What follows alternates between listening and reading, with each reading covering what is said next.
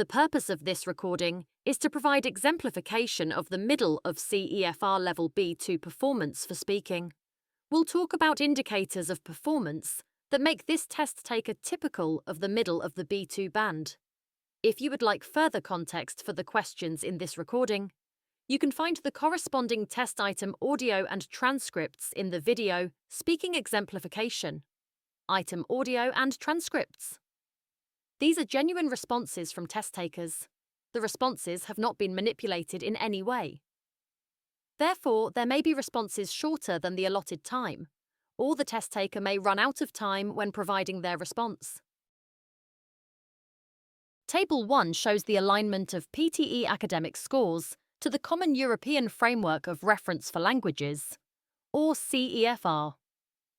The exemplification materials in this resource have been selected using this alignment.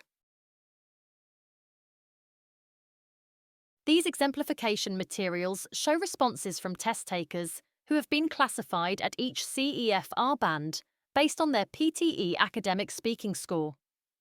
It should be noted that speaking scores come from the combination of many test items that measure different aspects of language proficiency. The purpose of these exemplars is to show the range of item responses produced by test takers in different CEFR bands and to provide indicative evidence of the key features of speaking performances across and within CEFR language proficiency bands. At the mid-B2 level, test takers will have a sufficiently broad range of vocabulary to describe the main features as well as the details of the task prompts. In contrast to low B2, they are likely to demonstrate better control of collocations and to therefore sound more natural.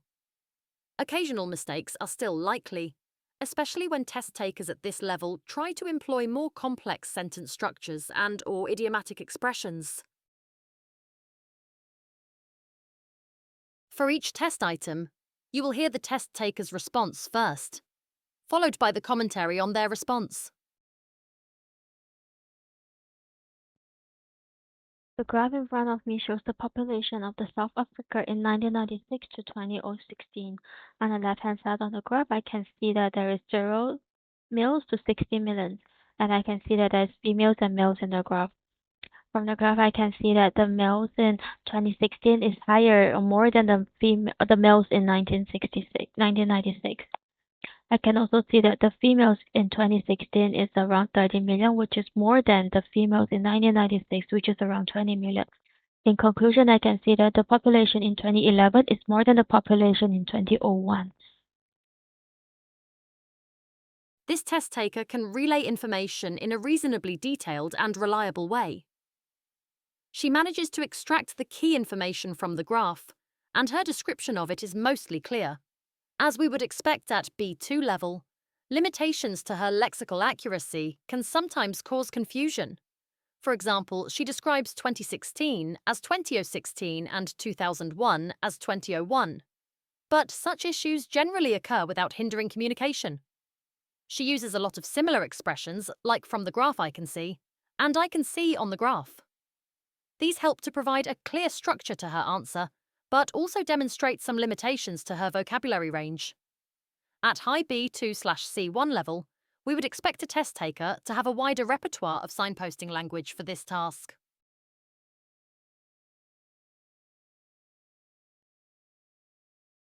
The lecturer talks about Melbourne. From the lecturer, I can hear urban planning, which is related to development. From the lecturer, I can also see the walking man from the transport, which is related to the modern city. Furthermore, I can also hear that the major transport in Melbourne is public transport, which is related to the cities of greater distance. In conclusion, I can say that Melbourne's land is actually wildly dispersed, which is related to the land which is very, very far away.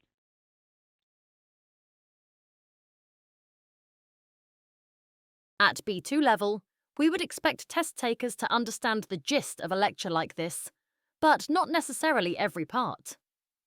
This test taker shows that she has understood most main ideas within the lecture, and she makes a good attempt to convey her understanding in a clearly structured and detailed way. Typical of B2 level, she is generally fluent, and there are few noticeable long pauses in her speech. B2 test takers are expected to have a sufficient range of language to be able to give clear descriptions, without much conspicuous searching for words, using some complex sentence forms to do so. This test taker uses some complex sentences, for example when she says urban planning, which is related to development. Her lexical accuracy and phonological control are both generally strong. When she says Melbourne's land is actually wildly dispersed, rather than saying widely dispersed, it is not necessarily clear whether the slip relates to an issue with oral comprehension, vocabulary range, or pronunciation. But the fullness of her description ensures that we understand the overall point.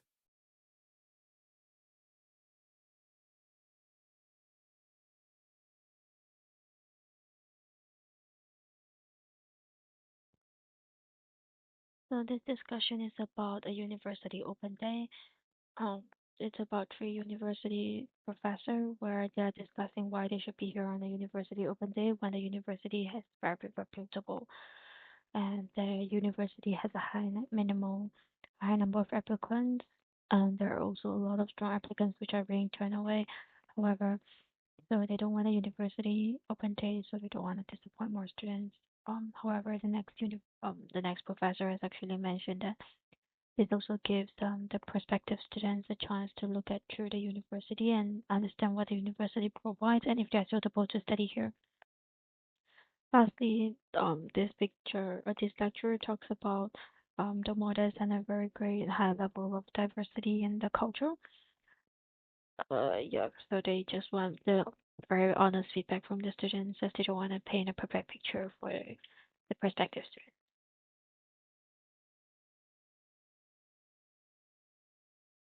This task assesses test takers' receptive and productive skills. We can see that this test taker has been able to follow the discussion, including the speaker's lines of argument, and that she can systematically develop a summary of what she has heard. She has a sufficiently wide range of language resources to ensure that her description is clear and detailed. Although some influence on her pronunciation from the other language or languages she speaks is apparent at times, for example applicants instead of applicants, she can be understood throughout the summary. As we would expect at B2 level, she can produce stretches of language with a fairly even tempo and few noticeably long pauses. However, her speed of speech does become a hindrance to communication, especially toward the end of her summary, as she rushes to convey everything she has understood within the task's time limit. We would expect a C1 level test taker to be able to condense information into a summary more effectively.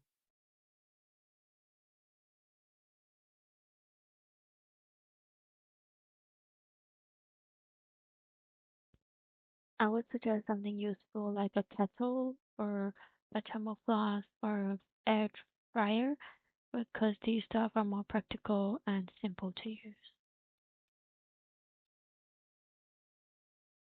This task allows the test taker to demonstrate B2 level interactive skills.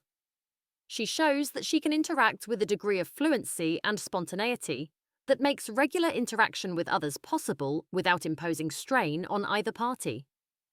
She is able to weigh up alternatives and provide an explanation for her viewpoint.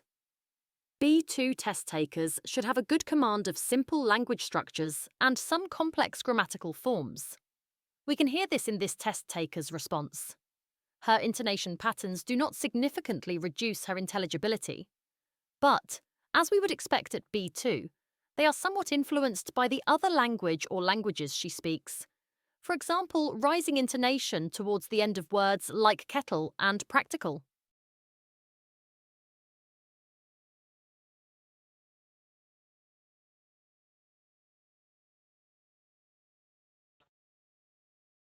This graph is showing the population in South Africa from 1996 to 2016.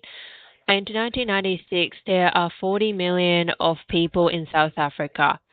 There were 20 million of female and 20 million of male. In 2016, there's a significant increase in the population. There were around 58 million of people in South Africa. As we would expect at B2 level, this test taker is able to give a detailed description of the main features of the chart. Their lexical accuracy is generally high, but some confusion and incorrect word choice occurs. For example, they regularly say million of female or male. However, such inaccuracies do not hinder communication. The test taker can generally use appropriate intonation, placing stress correctly and articulating individual sounds clearly. However, certain word stress patterns, for example, placing stress on the third syllable of Africa, highlight the influence of the other languages the test taker speaks on their phonological control of English. As we would expect at B2, though, these issues rarely prevent us from understanding what the test taker is saying.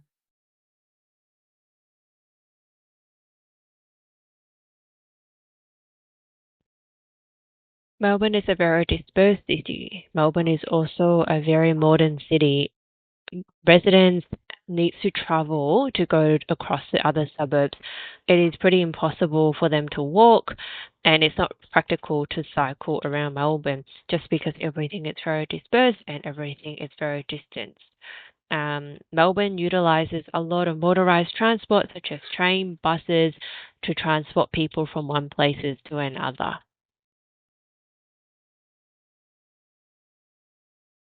At B2, we expect test takers to have a good range of vocabulary for matters connected to their field and most general topics. Their lexical accuracy should generally be high, though some confusion and incorrect word choice may occur, generally without hindering communication. This test taker is typical of B2 level. They have a sufficient range of language to be able to give a clear retelling of the lecture's main points, and occasional errors, such as when they say, just because everything is very dispersed and everything is very distant, do not lead to any misunderstanding of what they are trying to convey. There was a conversation between three people in regards to the university opening day. Some believe the reputation of the university is very high and they do have more than enough applicants. Therefore, they don't need to attract more people from local students and overseas students. One of them did believe this would disappoint students as they don't have a lot of vacancy and availabilities for students. It is important for prospective students to go and have a look and participate in the university open day and see what they can offer. And they believe state school students can also perform very well in university as long as they have talents. And they believe that all background people can be very successful. And university is not limited to private school applicants. First year students will also be participating and be at the university open day just to welcome new students and new applicants. They would like the university open day to provide greater diversity and attract more locals and overseas students to come and join the university. We expect B2 test takers can follow extended discourse and complex lines of argument, provided the topic is reasonably familiar. They are also expected to be able to employ prosodic features of language, for example stress, intonation, and rhythm, to support the messages they intend to convey.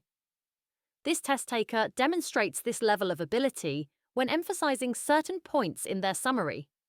For example, it's important for prospective students to go and have a look and participate. In doing so, they show that they can convey not only the main points of the discussion, but also feelings and attitudes of the speakers. The test taker has a sufficient range of language to be able to give clear descriptions, express viewpoints, and develop arguments without much conspicuous searching for words. As we would expect at B2, though, there are still some errors.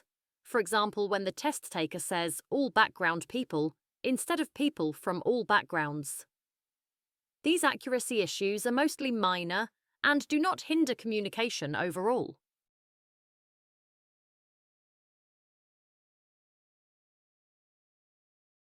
I would suggest to get her some kitchen appliances just because she'll need to cook, she'll need to make her own food at her new apartment because she'll be living on her own and she'll start an independent life. It would be best for her to have some cooking equipment so that she can bake, she can cook, she can grill and pan-fried food and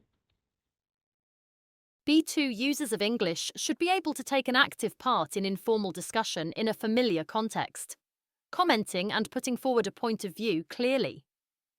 Although this test taker's response breaks off towards the end, they manage to demonstrate this level of interactive communication skill in what they say.